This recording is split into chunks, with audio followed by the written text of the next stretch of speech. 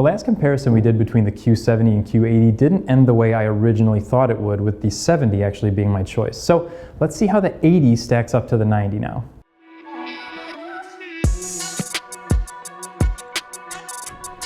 Hi, I'm Carl with Apt, and in this video we're going to be taking a look at the two highest end 4K TVs that Samsung's producing this year side by side, the Q80R and the Q90R.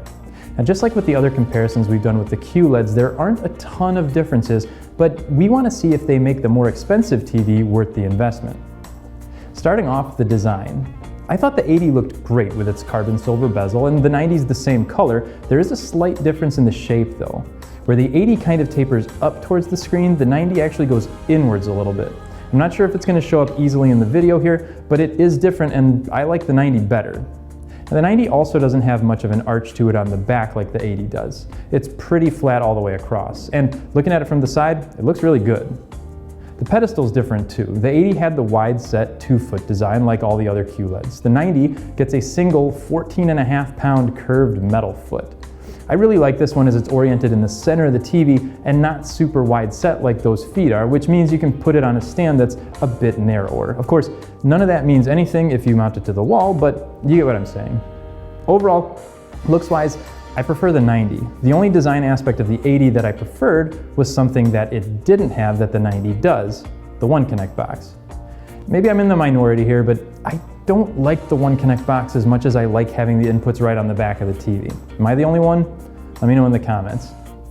I will say though, there is one big advantage that's housed in the One Connect box of the Q90, and that's its ability to play back 4K content at 120 frames per second over HDMI, something that no other 4K TV in Samsung's lineup this year can do. You'd have to go all the way up to the Q900 8Ks to get that feature otherwise. Now, onto something that I think we can all agree on, the picture. The 80 is very good, but if you watched our last comparison, I picked the Q70 over it because on the 70, I was able to make out more details on the dark scenes. The 80 crushed the blacks too much for my liking. The 90 is a different story though. The 90 gives you super dark black levels, but it maintains much better detail in the shadows. I'm pretty sure it's due to this one having more dimming zones. It's just able to bring enough light into those areas that I need for the little stuff.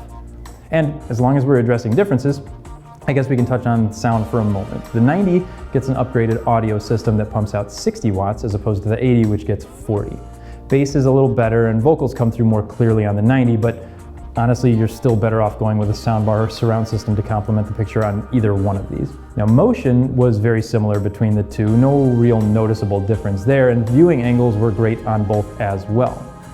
Smart features are the same, as well as the remotes, and lag times were the same on the 1080p at 60 Hz for any gamers out there.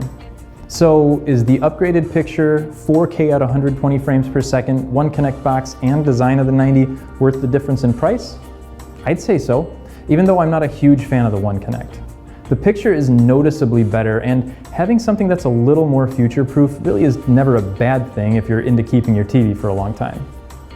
If you like really dark darks or sit off center of the picture and don't want to invest the extra money, the 80 is still a great choice, but if you're going big, go a little bigger and get the 90. What do you think, 80 or 90? As always, thanks for watching. If you like this video, make sure to give it a thumbs up. We definitely appreciate it. And don't forget to subscribe so you get updates whenever we upload new content.